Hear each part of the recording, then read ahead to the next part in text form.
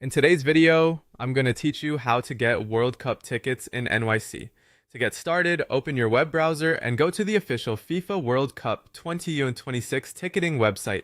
It's important to use the official FIFA site so you can avoid scams, inaccurate information, or unofficial resellers.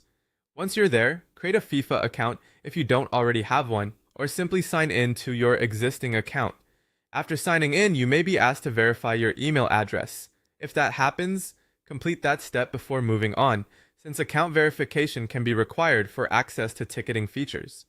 From there, you'll need to wait until the official FIFA ticket sales phase begins, because tickets are only available during designated release periods. When sales are open, head to the tickets section of the website. From there, search for matches taking place in Canada. Browse through the available games being hosted in Canadian cities, and take your time reviewing the options so you can choose the match that best fits your plans. Once you find the match you want, select it and review the available ticket categories, pricing, and any seating options shown. This is where you'll want to pay close attention to what each category includes and whether seat selection is available for that event. Then choose the number of tickets you want to purchase and select your preferred ticket category or seats if the platform allows you to do that. Next, add the tickets to your cart. Before checking out, carefully review the order summary to make sure the match details, quantity, and total price are all correct. This is a good moment to catch any mistakes before payment is submitted.